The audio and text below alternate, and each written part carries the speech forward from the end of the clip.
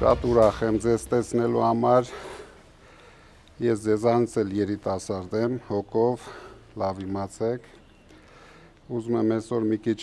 բաց քննարկում ունենանք, քանի որ ստացվել է այնպես, որ շուտով մենք լուրջ հաջողություններ ենք ունենալու, ես ուզում եմ ձեզանից լսեմ, հիմնականում ինչպես մենք կարող ենք օգտակար լինել մեր երիտասարդությանը, քանի որ վստահ եմ այդքան բարվոք վիճակ չի այսօր հայ երիտասարդության համար։ Եթե սխալվում եմ, դուք կարող եք միանգամից ընդհատել, հակաճառել, բայց ես իմ կարծիքները ասելու եմ։ Վստահ եմ, որ մեր երիտասարդները ապրում են անորոշության մեջ, չպատկերացնելով իրենց վաղվա ապագան, դրա համար մենք ամեն ինչ անելու ենք, առաջի հերթին հասկանանք ցանկությունները եւ շատ արագ փորձենք իհարկե կառավարությունը ձևավորելուց հետո թե պետական մակարդակով, թե մասնավորների միջոցով ամեն ինչ անենք, որ մեր երիտասարդները, ես վստահ եմ,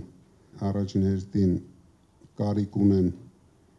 ստանան լավ կրթություն Հայաստանում, արժանապատիվ աշխատանք Հայաստանում, արժանապատիվ ապագա Հայաստանում, արժանապատիվ աշխատավարձ Հայաստանում, իհարկե եթե կգտնվեն այնպիսի տաղանդներ, ովքեր ցանկություն կունենան աշխարհը շուռ տալու, ամեն ինչով մենք աջակցելու ենք։ Ես ուզում եմ նշեմ, որ տարիներ շարունակ մենք աջակցել ենք հայ ուսանողներին, աջակցել ենք հարյուրավոր երիտասարդների, ովքեր կրթություն են ստացել արտասահմանում, ճիշտ ասած չգիտեմ հետ վերադարձել են, չեն վերադարձել, բայց համենայն դեպս ինչի կարիք ունեցել են տարիներ շարունակ, մոտարապես 10 տարի մենք ապահովել ենք։ Դրա համար իրոք թե ես, թե մեր թիմը դուք բոլորը տեսնում եք, շատ երիտասարդներ ունենք, ովքեր պատրաստ են 24 ժամ աշխատեն համ մեր ժողովրդին բարեկեցություն բերելու համար, համ մեր երիտասարդների համար անել ամեն ինչ, առաջին հերթին հայտնաբերենք տաղանդավոր հայ երիտասարդների, որ հետագայում կարողանանք ավելի ճիշտ կազմակերպել թե իրենց կյանքը, թե ձեր կյանքը։ Դրա համար ես կուզենայի այսօր շատ թեթև ֆորմատ ընտրեինք, ավելի հեշտ կլինի, եթե ես պատասխանեմ ձեր հարցերին։ Երիտասարդներ ջան, ողջունում ենք ձեզ, ուրախ ենք, որ այստեղ եք, գիտենք, որ տարբեր մարզերից եք եկել այսօրվա հանդիպմանը, եթե ունեք հարցեր, խնդրեմ։ Զգացեք ձեզ, ոնց որ ձեր տանը հանգիստ եղեք, ինչքան սուր հարցեր, այդքան հետաքրքիր կլինի։ Բարև ձեզ բոլորին, բարև ձեզ պարոն Կարապետյան, ես Շիրակի մարզից եմ, նաև ուզում եմ նշել, որ Շիրակի թեմից եմ, ու իմ առաջի հարցը, որը ինձ համար ամենակարևորն է, դա վերաբերվում է եկեղեցուն, այսինքն ձեր երկրի ղեկավարությունը արդեն ստանձնելուց հետո, մեր հոգևոր դասը եւ մեր եկեղեցին ինչ անվտանգության ծրագրեր են ունենալու։ Առաջին հերթին ուզում եմ ասեմ, որ ձեր թեմի առաջնորդը երևի հայ ազգի ամենալավագույն մարդկանցից մեկն է, ամենահամարձակ, ամենահամառ, որ այս բոլոր ապօրինությունների դեմ պայքարեց եւ վստահ եղեք, շատ շուտով ինքը կհաղթի այս խարանը, որ փաթաթեցին մեր ազգի թե վզին, թե գլխին, մենք շատ արագ, շատ շուտով այդ ամենից հրաժարվելու ենք, մեր եկեղեցին ունենալու է իր տեղն ու դերը մեր ժողովրդի կյանքում, այն տեղն ու դերը, որին ինքը արժանի է։ Իսկ իրոք մենք հիշում ենք, որ մենք առաջի քրիստոնյա ազգն ենք, մենք դրանով հպարտանալու ենք ամբողջ աշխարհում, դուք շատ շուտով դա կզգաք, ամբողջ աշխարհը դա նորից կլսի, կիմանա եւ եկեղեցին ունենալու է շատ լուրջ դեր մեր ժողովրդի կյանքում։ Շիրակի մարզը իրոք ու կոնկրետ ես կարող եմ ասել Գյումրի քաղաքը երևի Հայաստանի ամենակոլորիտով քաղաքն է, ամենաունիկալ քաղաքն է, բայց ցավոք ամենաաղքատ մարզն է, ինձ թվում է քաղաքն էլ ամենաաղքատ քաղաքներից մեկն է, ինչը որ իրոք նորից ասեմ ամոթ է մեր իշխանությունների համար, որ բացարձակապես նշանակություն չեն տալիս իրենց արժեքներին։ Գյումրին ես համարում եմ ամենաարժեքավոր քաղաքներից մեկը Հայաստանի։ Ինչ են տալու, Գյումրին մշտապես տվել է լավագույն զավակներին, ուզում եմ հիշեցնեմ բոլորի կողմից սիրված Ֆրունզիկ Մկրտչյանին, ուզում եմ հիշեցնեմ աշխարհահռչակ սպորտսմենների, որոնք թե անցյալում, թե այսօր լավագույն ձևով ներկայացնում են թե մեր երկիրը, թե մեր ժողովրդին։ Դրա համար եթե իրենք այդ տեմպը պահեն, ինձ թվում է շատ գնահատված կլինեն։ Շնորհակալություն։ Բարև ձեզ, պարոն Կարապետյան։ Նախ ուզում եմ իմ անկեղծ շնորհակալությունը հայտնել ձեզ այս սպասված հանդիպման համար։ Ես Մարգարիտա Բեզոյանն եմ, Տաշիրից, սովորում եմ միջազգային հարաբերությունների բաժնում։ Ձեր կարծիքով, ինչպես կարող են երիտասարդները դառնալ իրական փոփոխությունների նախաձեռնողները, այլ ոչ միայն դիտորդներ։ Իրական փոփոխությունների մասով շատ հեշտ է, քանի որ մենք շատ շուտով բերելու ենք Հայաստանում իրական փոփոխություններ, դուք կարող եք շատ արագ միանալ մեր թիմին, ընդամենը 1 ամիս հետո դուք հնարավորություն կունենաք բերել իրական փոփոխություններ Հայաստանի կյանքում։ Ճիշտը որ ասեմ, ինձ զարմացնում է երիտասարդության պասիվությունը։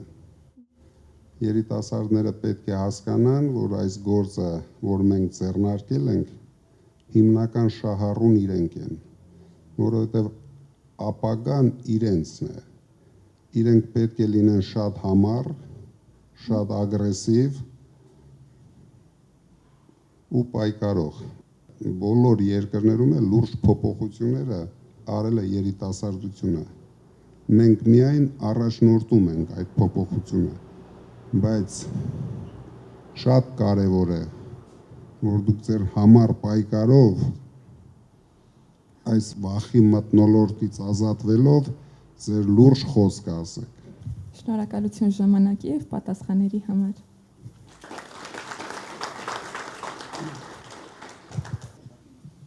Ողջունում եմ բոլորին, ողջույն պարոն Կարապետյան, սիրելի երիտասարդներ։ Առաջին ես Կարապետյան Իսկուհին եմ, սովորում եմ Երևանի Պետական Բժշկական Համալսարանում, ապագա սրտաբան եմ։ Ամեն օր առնչություն եմ ունենում երիտասարդների հետ, խոսում եմ հենց այն խնդիրների մասին, թե ինչու իրանք ներգրավված չեն ներկայիս մեր շարժմանը եւ այլն, ու ստանում եմ հետեւյալ պատասխանը՝ ունեն վախ ապագայի հետ կապված անվստահության ինչ-որ քող կա, հա, բոլորի վրա։ Ինչ եք կարծում, որոնք պետք է լինեն մեր հստակ գործողությունները, որպեսզի փոխենք երիտասարդների մոտ հետեւյալ մտածողությունը եւ իշխանության գալուց հետո որոնք է լինելու ձեր հիմնական գործողությունները, որպես այդպիսին, որ երիտասարդները համոզվեն, որ իրենք ճիշտ ընտրություն են կատարել։ Դուք առաջ երթին պետք է փոխեք Փաշինյանին։ Մենք բոլորս ուզում ենք փոխենք Փաշինյանին։ Դրանից հետո ինձ թվում է շատ ավելի հեշտ է լինելու մտածել բոլոր այլ հարցերի մասին, քանի որ այս լճացումը, որ ինքը ապահովել է ոչ միայն մեր երիտասարդների գլխի մեջ, այլ ժողովրդի մոտարապես 25%-ը այսօր մոլորված վիճակում է, այ դուք դա պետք է փոխեք։ Դուք պետք է համառորեն խոսեք, համառորեն պայքարեք, որովհետև առանց դրա, առանց ձեր պայքարի, նորից եմ ասում, մեզ շատ դժվար է լինելու։ Պետք է առաջիկ քայլը միասին անենք։ Երկրորդ քայլի մասին չկասկածեք։ Ես միշտ եղել եմ իմ խոսքի տերը, հիմա էլ վստահեցնում եմ, որ շատ ավելի հեշտ է լինելու հաջորդ քայլերը։ Շնորհակալություն եւ նաեւ այսպիսի մի հարց եմ ուզում ձեզ ուղղել, եթե Հայաստանը դիտարկենք որպես օրգան համակարգ ամբողջովին, ամենախոցելի օրգանը եւ ամենավիրավորված օրգանը որն է այսօր ըստ ձեզ։ Հայ ժողովուրդը բոլորին գցել են ապաթիայի մեջ, մարդիկ ոչ մի բան չեն հասկանում, ընդամենը առավոտից իրիկուն իրենց ստերով կերակրում են, մարդիկ ռեալ մոլորված են, մարդիկ չեն պատկերացնում իրենց վաղվա օրը, չեն պատկերացնում, որ վաղը մենք Հայաստան չենք ունենալու, իրենք ամեն մեկը փորձում է իր այսօրվա խնդիրը լուծել, բայց մենք ազգ ենք, որ պետք է նայենք ապագային, բայց ապագային ավելի շուտ դուք պետք է նայեք։ Շնորհակալություն շատ։ Ներկայանամ Իրինա Բալդեցյան, մասնակցությամբ քաղաքագետ, ամերիկյան համալսարանի շրջանավարտ, շուտով նաև մի քանի ամսից Վաշինգտոնի ամերիկյան համալսարանի ուսանող, խոսեցիք կրթության կարևորության մասին, ես նույնպես համաձայն եմ ձեզ հետ եւ շատ կարևորում եմ, որ երիտասարդները անկախ նրանից ինչ հնարավորություններ ունենան գալիք տարիներին պոտենցիալը կոնսոլիդացնեն մեր երկրում Հայաստանի զարգացման համար։ Հարցս վերաբերվում է արտաքին քաղաքականությանը Հայաստանի, մասնավորապես ճգնաժամին, ռեպուտացիոն ճգնաժամին, որը որ այս պահին մեր երկիրը ունի։ Ինչպես եք պատկերացնում այդ ռեպուտացիոն ճգնաժամի հաղթահարումը եւ նաեւ մասնավորապես Արցախահայություն, Հայաստան եւ Սփյուռք եռամիասնության վերականգնումը եւ ինչ քայլերով եք պատկերացնում այդ ռեպուտացիոն ճգնաժամը հաղթահարելը։ Շնորհակալություն։ Որ օրը ինձ փոխեցինք Փաշինյանով, նույն օրը ռեպուտացիոն ճգնաժամը հաղթահարվելու է, որովհետեւ բոլոր տարիներին ամեն ինչ արվել է, որ մեր երկիրը լինի խայտառակված, ժողովուրդը նվաստացած, ինչին հասել ենք այսօր։ Դրա համար մեր փոփոխությունից հետո առաջի հերթին մեր առաջի քայլերը ուղղված են լինելու մեր պետության, մեր երկրի, ձեր ասած ռեպուտացիայի վերականգնելը։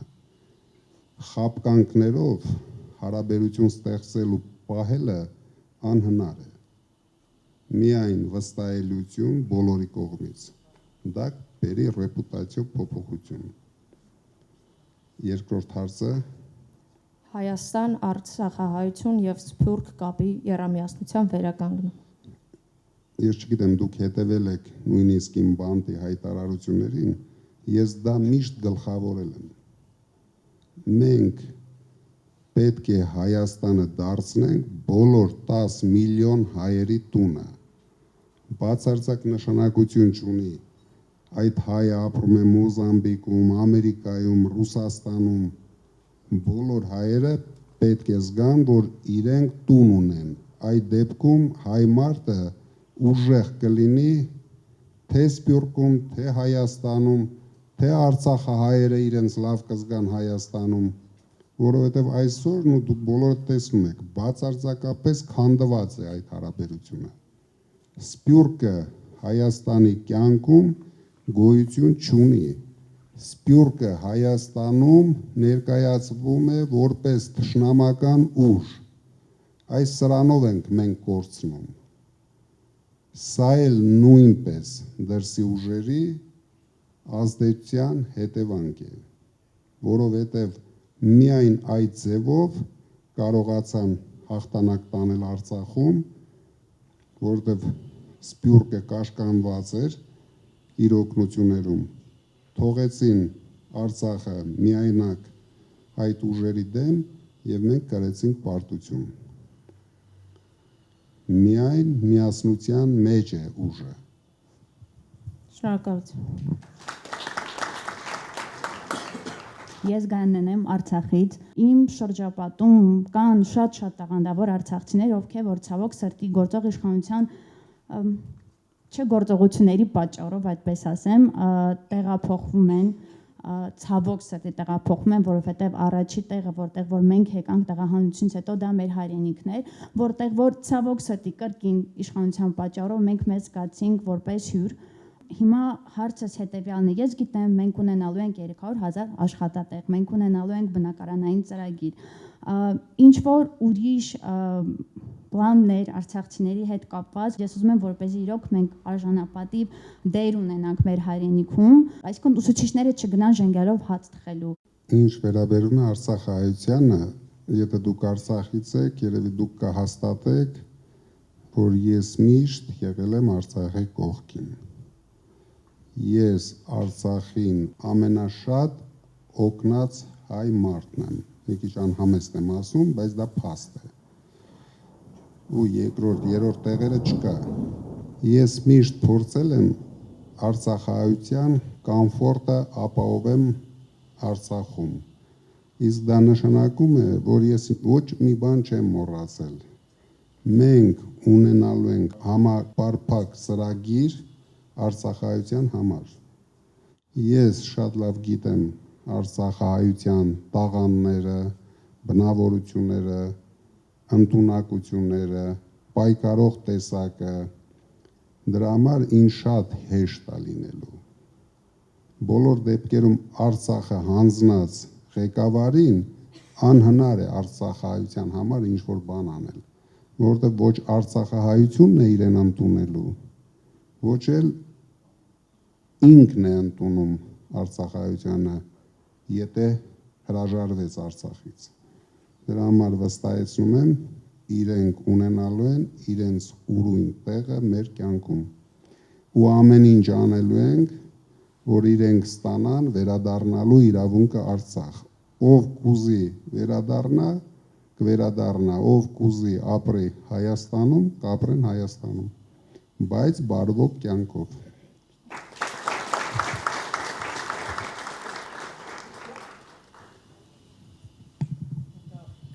Ողջունում եմ բոլորիդ, պարոն Կարապետյան, ներկայանամ, ես Լաուրա Կարապետյանն եմ, սովորում եմ Հերացու անվան պետական բժշկական համալսարանում։ Ուսանողության մեջ կա մի նման մեծ խնդիր,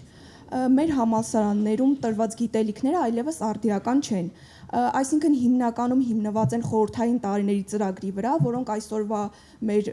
ռեալներում այլևս չենք կարող օգտագործել։ Ինչպես եք դուք տեսնում այս խնդրի լուծումը։ Մենք ամեն ինչ անելու ենք, որ լուրջ ուսումնական հաստատություններ իրենց ներկայացությունները ունենան Հայաստանում, որովհետև դուք շատ ճիշտ եք ասում,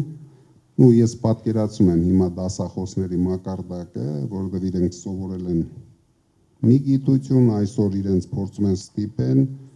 որ իրենք դասավանդեն մեկ այլ գիտություն,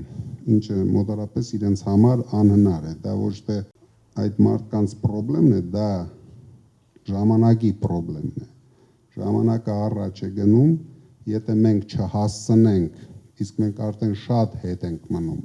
նույնիսկ տարածաշրջանային երկրներից, ասենք Վրաստանից, համար առաջինը, առաջի քայլերը մենք պետք է փորձենք այսպես կոչված բրենդովի համալսարանների ներկայությունը Հայաստանում ապահովենք, որ մարդիկ սովորեն լավագույն վուզերում, չելնեն վազեն Ֆրանսիա, որ Սորբոն ավարտեն, իրենց փողոցի մյուս կողմը կգնան կավարտեն, անպայման այդ կոմֆորտը մենք ստեղծելու ենք, օգտագործելով մեր լավ միջազգային հարաբերությունները, ինչը որ իրոք մենք ունենք, որովհետև դուք հասկացեք, Հայաստանում այսքան տարիներ, սենց վատ բան եմ ասում, բայց փակված մարդիկ, իրենք ոչ մի բան չեն տեսել, ինչ պետք է անի դեղին մամուլի ղեկավարը այդ հարցերում, իր գլխավոր գաղափարը միշտ եղել է շանտաժ, շանտաժանի իր գրդոն անի, այսպես ասած, նա չի էլ պատկերացնում, որ հնարավոր է դա կազմակերպել։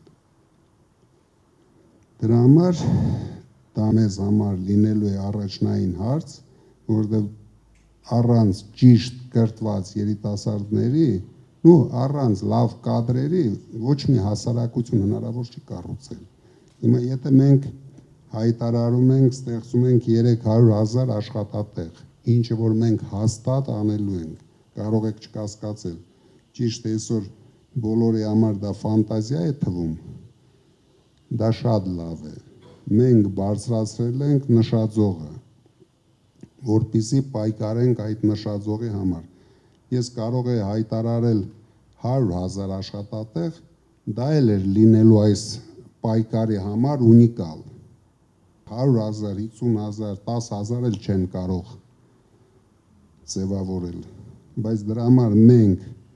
նշաձող ենք հայտարարել, որի համար մենք ամբողջ թիմով պայքարելու ենք։ Իսկ մեզ դրա համար պետք են լինելու ուժեղ կրթված կադրեր։ Առանց դրա անհնար է, մենք կարող ենք ամեն ինչ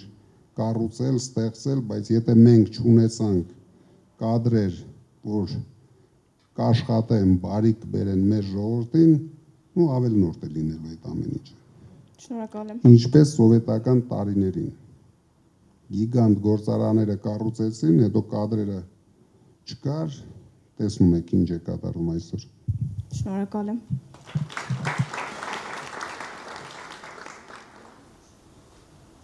Ողջույն բոլորին, պարոն Կարապետյան, հարցս նախընտրական եւ ընտրական process-ներին է վերաբերում, բայց ինչ հարցս եղել է, ուզում եմ շնորհակալություն հայտնել, որ դուք ձեր այս ընտրություններին ձեր թեկնածությունն եք առաջադրել, որովհետեւ իսկապես շատ բարդ իրադրություն է Հայաստանի համար եւ ամեն թեկնածուչի, որ կարող է այդ իրադրությունը շտկել մեր օրերում, եւ ձեր թեկնածության առաջադրումը հույս է արտնացրել մի շարք մարդկանց մոտ, այդ հույսը օրինակ ինձ մոտ արտնացավ այն ժամանակ, երբ ձեզ ձերբակալեցին, ամուսինս վերադարձավ տուն այդ օրը, ասաց, որ մենք պետք է անդամագրվենք պարոն Կարապետյանի կուսակցությանը, իհարկե այդ ժամանակ կուսակցություն չկար, ես զարմացա, ինքն ասաց կտեսնես նա կունենա կուսակցություն, մենք կանդամագրվենք ու ողջ հայությունը կմիանա նույն գաղափարի շուրջ։ Այնպես որ շնորհակալություն, որ այդ տեսլականը այսօր իրականություն է եւ մենք մեծ հույսերով առաջ ենք շարունակում քայլել, իսկ հարցս հետեւյալն է. նախընտրական այս բուրըն process-ի ընթացքում նկատում եմ пассивություն շատերի կողմից, հնչում են արտահայտություններ, որ մեծ քանակությամբ մարդիկ ուղղակի չեն մասնակցելու ընտրություններին, որովհետև մի մասը չունի հույս, մի մասը ուզում է անկուսակցական մնալ եւ այլն, ուզում էի հասկանալ արդյոք կա ինչ-որ մեխանիզմ, որով որ պատրաստվում ենք խթանել пассив մասային, որպեսզի իրենք մասնակցեն ընտրություններին, հատկապես եթե նրանք ընդդիմադիր ուժերի կողմնակից են։ Առաջ երթին ասեմ, շատ լավ ճաշակ ունեք։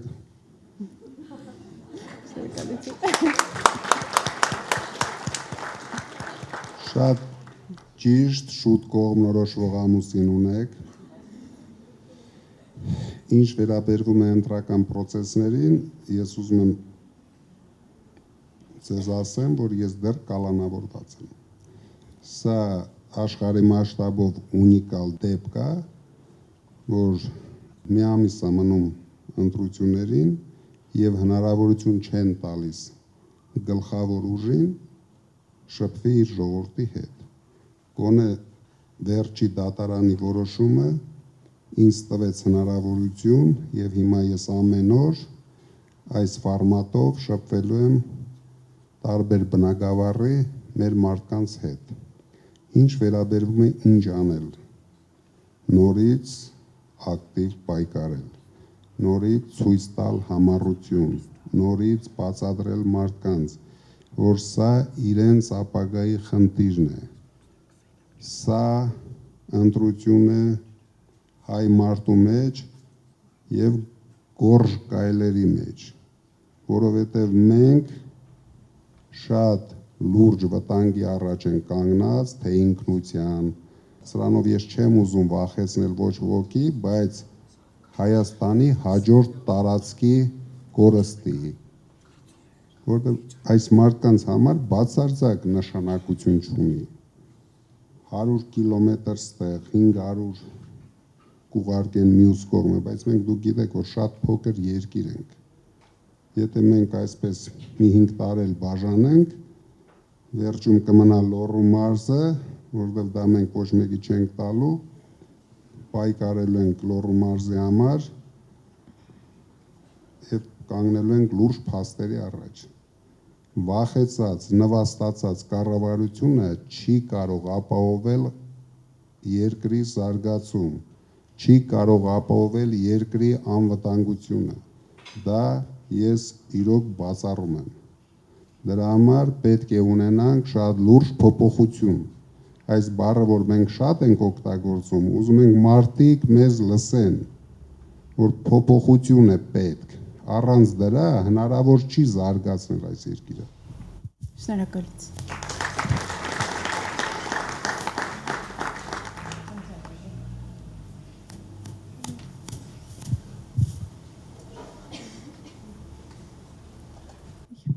Ողջունում եմ բոլորին, ես Արևիկ Թամրազյանն եմ Վանաձորից,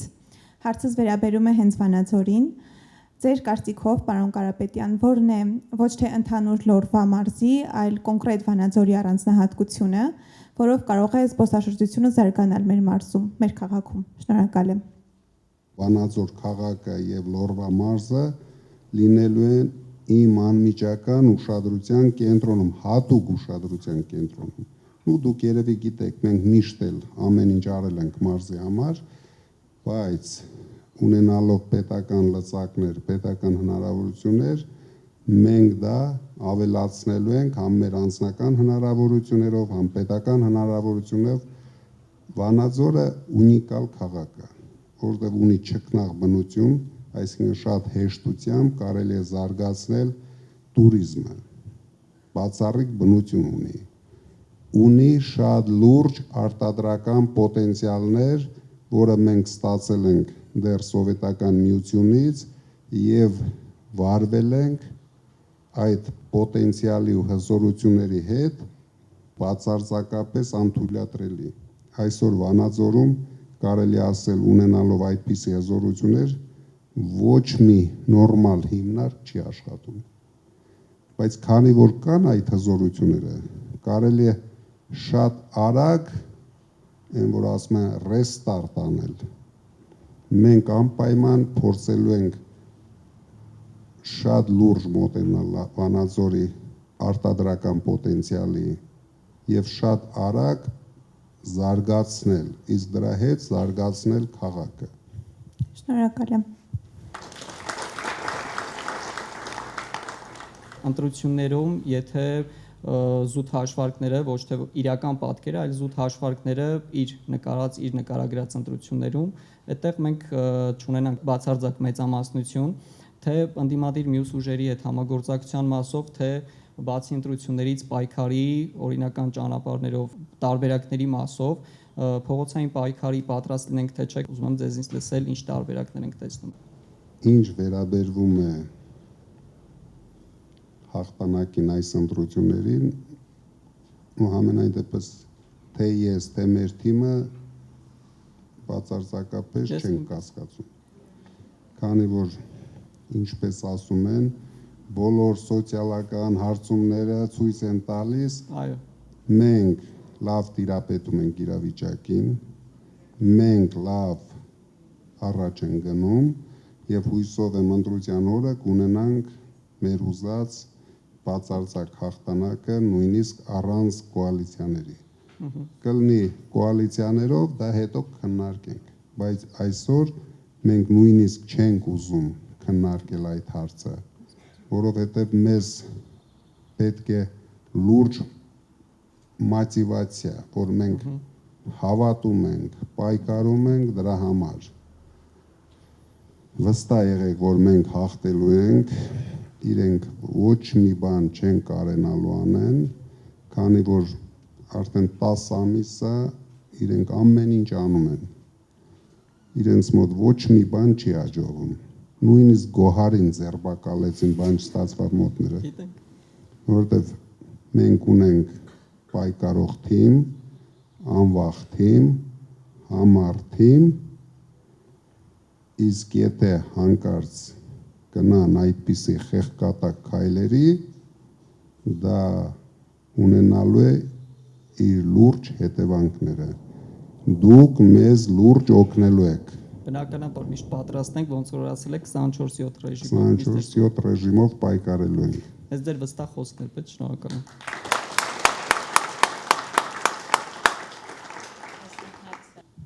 Ողջունում եմ, ես Էլեն Ավագյանն եմ Վանաձորից։ Նախ ուզում եմ շնորհակալությունս հայտնել նման հնարավորության համար, որ ընձեռել եք։ Վստահ եմ, որ հունիսի 7-ին հասնելու ենք մեր նպատակին, պարոն Կարապետյան, եւ հունիսի 7-ից հետո առաջինը ամուր հիմք ենք դնելու մեր հայրենիքում, բայց ամեն դեպքում ուզում եմ հարցնել, թե ինչ քաղաքականություն ենք վարելու Ադրբեջանի հետ, որովհետեւ հիմա տեսնում ենք, թե ցավոք սրտի ով է ներկայացնում մեր պետությունը թշնամու մոտ եւ տեսնում ենք, թե ինչպես են մեզ վերաբերում։ Հայ ժողովրդի, այսպես ասած, ռեյտինգը մի քիչ ընկել է ամբողջ աշխարհում ու ես շատ կուզեմ, որ հունիսի 7-ից հետո վստահ եմ, որ դուք եք լինելու ու շատ կուզեմ, որ մենք դառնանք այն նույն հայը, ում այդ 3 տարը բոլորին վախացնում էր։ Ես հույսով եմ հունիսի 8-ին դուք արդեն միանգամից կզգաք, որ նույն Ադրբեջանի ղեկավարության խոսույթը փոխվեց, որովհետև երբ են խոսում այս խոսույթով, երբ դիմացինը իրենից ոչ մի բան չի ներկայացնում, երբ դիմացինը արդեն պարտված է, այն էլ 3 պատերազմներում, ինչ արգումենտով կարող է խոսել ինքը իր շեֆի հետ, ինքը արդեն համարում է նրան շեֆ եւ կատարում է նրա բոլոր պահանջները։ Դուք մի անհանգստացեք, շատ արագ փոխվի բոլոր այդ խոսույթները, մենք չենք պատրաստվում պատերազմել Ադրբեջանի հետ, մենք, ինչպես մեր թիմակիցները ասում են, ուժեղ բանակցություններով, ուժեղ դիրքերից ունենանք մեր, սենց ասեմ, թե առաջնահերթությունները, թե պոզիցիաները։ Եղավ, շատ շնորհակալ եմ, մեզ բոլորիս հաջողություն։ Ողջունում եմ բոլորիս, նախ շնորհակալ եմ պարոն Կարապետյան, այստեղ մեզ հյուրընկալելու համար։ Ես Էմիլիա Սուքեսյանն եմ Չարենցավանից, սովորում եմ Հայաստանի ազգային պոլիտեխնիկական համալսարանում։ Հարցս հետևյալն է. ինչ ազգային գաղափարախոսություն եւ մոտիվացիա պետք է ունենա Հայաստանում ապրող ցանկացած արժանապատիվ եւ ակտիվ երիտասարդ։ Շնորհակալություն։ Ես արդեն ասեցի ինչ, առաջերտին հայրենասիրությունը։ Առանց հայրենասիրություն ոչ մի մոտիվացիա չի աշխատում։ Երբ մարդը իր համար նշանակություն չունի հայրենիք բառը, չես կարող այդ մարդու հետ ոչ մի մոտիվացիայի մասին խոսես։ Դրա համար առաջերտին հայրենասիրությունը, երկրորդ հերթին ինտելեկտը, որովհետև դա շատ կարևոր է, եթե մարդը ոչ մի բան չի հասկանում, գաղափարներով ուզում ես խոսի իր հետ։ Եթե մարդը պատրաստ է իր փորի տարողության հաշվին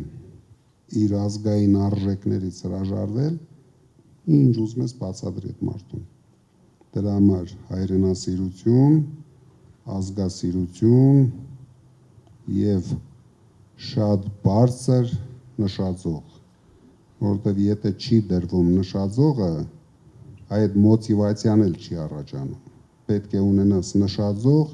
եւ պայքարես հասնելու համար։ Շնորհակալ եմ։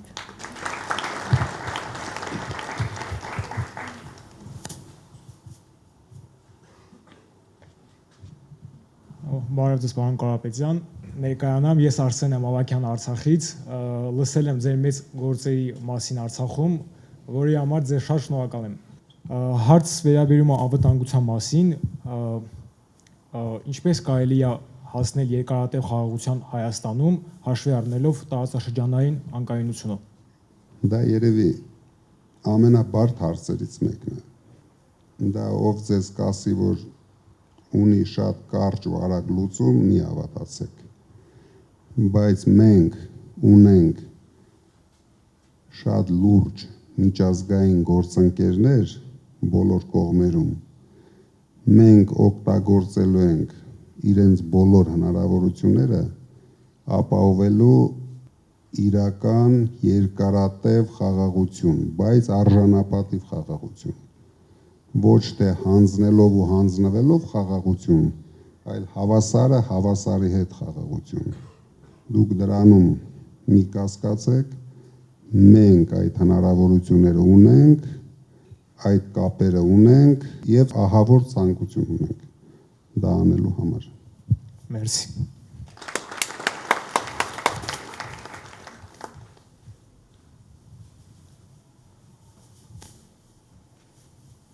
Ողջունում եմ բոլորին, բարև ձեզ պարոն Կարապետյան, ես Ֆելիքսն եմ Շիրակի մարզի երիտասարդական կառույցից։ Պարոն Կարապետյան, մենք հանրությունը արդեն ծանոթացել է ձեր տնտեսական ծրագրին, անվտանգության ծրագրին, սակայն կան շատ խնդիրներ նաև կրթական համակարգում, որը հիմնականում եւ վերաբերում է երիտասարդներին։ Օրինակի համար ամբողջությամբ խեղաթյուրվել է պատմություն առարկան եւ ըստ կառավարության նոր որոշման հաջորդ տարի բոլոր այն մարդիկ, ովքեր պետք է դիմեն պարսագույն ուսումնական հաստատություն եւ ովքեր պետք է հանձնեն պատմությունից միասնական քննություն, հանձնելու են այդ քննությունը նոր չափորոշիչներով, այսինքն նոր քրկերով եւ նոր այդ մոդուլային ծրագրով։ Սակայն արգելվել են նախկին քրկերը, որևէ կերպ չկան նոր քրկերը արդեն երկրորդ տարի, փոխարենը կան ինչ-որ մոդուլային ծրագրեր, որոնք ամբողջությամբ հակասում են միմյանց եւ ոչ մի կերպ ճշգրիտ չեն։ Այսինքն այս ամեն ինչից կարելի հասկանալ, որ կոնկրետ պայքարում են հայոց պատմության դեմ, անգամ այդ առարգայի անվան հետ վերափոխում են առարկան Հայաստանի պատմություն, հանելով այդ հայոց բառը եւ ամբողջությամբ թիրախավորում են այդ առարգան։ Ինչպես եք դուք տեսնում կրթության բարելավման ծրագիրը եւ առհասարակ պատմության այդ արժեքի նորից բարձրացումը։ Ինչ վերաբերվում է ներքին դաշտի հարցերին, դա լուծվելու է շատ արագ։ Դա ընդամենը մի քանի ամիսների մասին է խոսքը։ Դժվար է լուծել, ինչը կախված է արտաքին հարաբերությունների հետ։ Ինչը ներսում, ինչ հավաքվեցինք, որոշում ընդունեցինք, գնացինք առաջ։ Վերադարձնելու ենք հայրենասիրությունը, նորից եմ կրկնում։ Առանց հայրենասիրության ոչ մի բան չի կարող զարգանալ։ Հայաստանը ամբողջ հայության համար է։ Դրա համար Հայաստանը վերադարձնելու ենք հայերին, ամբողջ աշխարհի հայերին։ Շնորհակալություն։ Իսկ այդ հարցերը շատ արագ են լուծվելու, միանգամից։ Բաքվում գտնվող մեր հայրենակիցների մասին ինչ եք պլանավորում անել, եթե օրինակ միջազգային ինչ-որ կազմակերպությունները չօգնեն, որ մենք կարողանանք իրանց հետ բերել Հայաստան։ Շնորհակալություն։ Ես մի թեթև ասեցի մեր միջազգային հնարավորությունների մասին, դրա համար մենք անելու ենք ամեն ինչ, ես ավելի քան վստահ եմ, որ այդ հարցը մենք լուծելու ենք։ Շնորհակալություն շատ։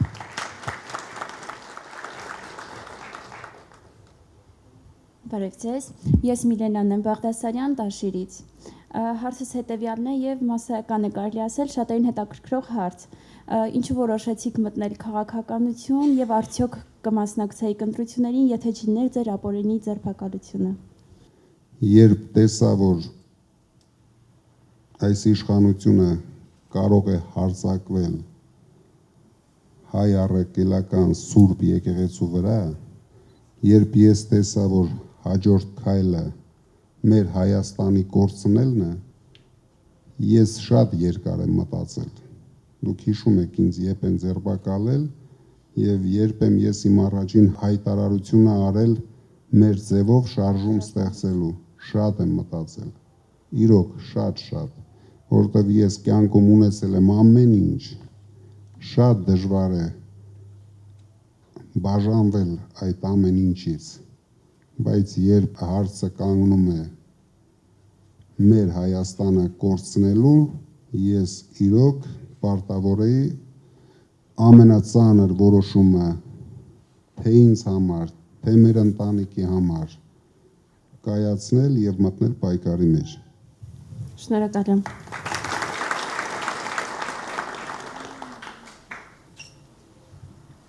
Ես Ռոզան եմ Մաթևոսյան Գյումրիից, այժմ սովորում եմ Երևանի Պետական համալսարանում եւ նաեւ երիտասարդական կառույցի անդամ եմ, հարցս ուղղեմ, որը կլինի ձեր առաջնահերթ կամ այսպես ասած առաջին փոփոխությունը, երբ դուք գաք իշխանության։ Չի լինելու, որ այս մեկ քայլն ենք անելու, առաջիկ քայլ, ոչ էլ երկրորդ քայլը, լինելու է մասշտաբային քայլեր, որտեղ այսօր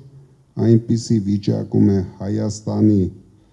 թե տնտեսությունը, թե արտաքին քաղաքականությունը, խնդիրները այնքան շատ են ու այնքան կարևոր, որ առաջնահերթություն տալ առաջին քայլ, երկրորդ քայլ, դժվար է լինելու, դուք ուշադիր հետևեք, հիմա մենք ամեն շաբաթ հայտարարություններ ենք անելու կարևորագույն քայլերի մասին, դուք կարող եք դրան հետևել եւ տեսնեք ինչի դեմ ենք մենք պայքարելու։ Եվ իմ երկրորդ հարցը կապված կրթության հետ, մենք գիտենք, որ շատ երիտասարդներ կապված կրթության հետ լքում են իրենց մարզերը, գյուղերը եւ քաղաքները, որպեսզի տեղափոխվեն մայրաքաղաք, որ հնարավորություն ունենան լավ կրթություն ստանալ, ինչպիսի լուծում ենք ունենալու, երբ փոփոխություն լինի։ Մենք Երևանակենտրոն քաղաքականությունից դուրս են գալու, որտեղ դուք բոլորը տեսնում եք, անհնար է, ոչ տրանսպորտային համակարգն է համապատասխանում այս քաղաքին, ոչ կոմունալ համակարգն է համապատասխանում, այսինքն գնալով սա ավելի վատանալու է եւ հասնելու է այն աշճանի, որ մի օր տեսնենք, որ Երևանում ոտքով ման գալը 10 անգամ ավելի արագ է լինելու, քան մեքենայով գնալ։ Դրա համար մենք շատ բնակավարներ տեղափոխելու ենք մարզերը։ Հիմա այդպիսի ծրագրեր անում ենք, հաշվարկներ անում ենք, դա ինչ նոր ծախսեր բերի բյուջեի վրա, քանի որ բյուջեն սահմանակ փակ է, դուք գիտեք, Հայաստանը աղքատ երկիր է եւ պարտքերով ապրող երկիր է։ Դրա համար, բայց անպայման մենք վարելու ենք քաղաքականություն մարզերին ուղղվածությամբ։ Մի կասկածեք, ամեն մարզ ունենալու է իր հիմնական ուղղությունը զարգանալու, թե կրթվելու, թե զարգանալու, ուրիշ ձև չունենք։ Երևանը դարձնելու ենք տուրիզմի համար շատ կոմֆորտնի քաղաք։ Շնորհակալ ենք։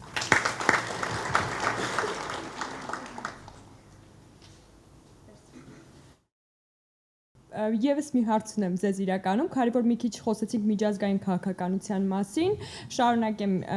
զարգացնել միտքը։ Մենք տեսել ենք եւս մի պետություն, որը ենթարկվել է ցեղասպանության, ազգ հрьяաները, զուգահեռ նաեւ մի ազգ ենք մենք հայերս, որոնք ենթարկվել են ցեղասպանության։ Իսրայելը շատ արագ ոտքի կանգնեց։ Ինչքան ժամանակ կհատկացվի Հայաստանին եւ արդյոք ձեր կառավարական ժամանակահատվածը, եթե շարունակեք էլի 4 տարի լինի, կբավականացնի, որպիսի Հայաստանը գա մի մակարդակի, որը մեզ թույլ կտա որևիցե տեղ ունենալ միջազգային ասպարեզում, ինչպես կատարեց Իսրայելը։ Առաջին հերթին պետք է ստեղծենք միասնական հայրենասեր հասարակություն։ Միջև մենք չունենանք միասնական համախմբված հայրենասեր հասարակություն, աբսուրդ է դրա մասին մտածելը։ Իսրայելը գնաց այդ ճանապարհով, դուք բոլորդ գիտեք, այնտեղ նույնիսկ աղջիկների համար պատիվ է ծառայել իրենց հայրենիքին։ Մտցրեցին այդ գաղափարախոսությունը։ Մարդիկ դաստիարակվեցին պայքարող տեսակով։ Մենք գնալու ենք այդ ճանապարհով, բայց դուք համեմատում եք Իսրայելի հետ, Իսրայելը ունենալով Հայաստանից 30% քիչ տարածք, մոտարապես 8 միլիոն բնակչություն, այսօր իրենց պետական բյուջեն մոտ 200 միլիարդ։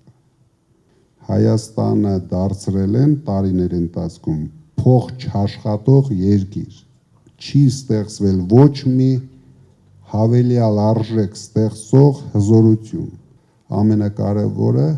պետք է կարողանանք ճիշտ օրենքներ ընդունելով, ոչ թե սրանց նման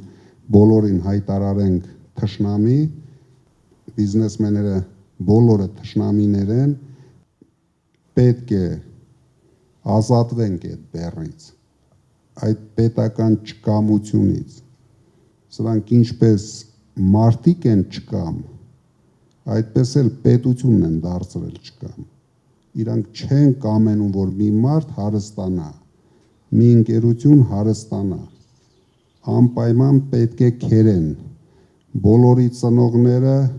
առավոտից երեկո քննչական կոմիտեներում ժամերով նստած, բոլորի երեխաները թափառում են քննչական կոմիտեներում։ Այդպիսի երկիր հնարավոր է ունենալ։ Մենք միայն անհանգստանում ենք արտաքին անվտանգային հարցերով, բայց մեր ներսում մեր պետությունը արդեն քայքայվել է։ Շատ արագ պետք է կանգնեցնենք, շատ արագ ամենալուրջ փոփոխությունները պետք է բերենք, որ կարողանանք զարգացնել այս երկիրը։ Դրա համար պետք է ուժեղ Հայաստան, պետք է ուժեղացնենք Հայաստանը տնտեսությամբ, արտաքին քաղաքականությամբ։ Դա լոկ խոսքեր չեն, որ մենք ասում ենք։ Առանց տնտեսության ոչ մի բան հնարավոր չի զարգացնել։ Ինչ ուզում ասենք, մեզ հիմա ստեղծող ուժ է պետք, տնտեսակետ ուժեր են պետք, որովհետև խոսածողներին մենք տեսել ենք։ Ինչ կան ասես, կան այդ խոսածողները։ Խոսում են, իրենք անձնապես հարստանում են, բայց ժողովուրդը մնում է խաբված։ Երեք էր առաջի օրը մարդիկ մեծ ցնծությամբ նշեցին խաբված քաղաքացու օրը։ Մեր ամբողջ ժողովուրդը այսօր խաբված է։ Իրենց մասին ոչ ոք չի մտածում։ Իրենք ընդամենը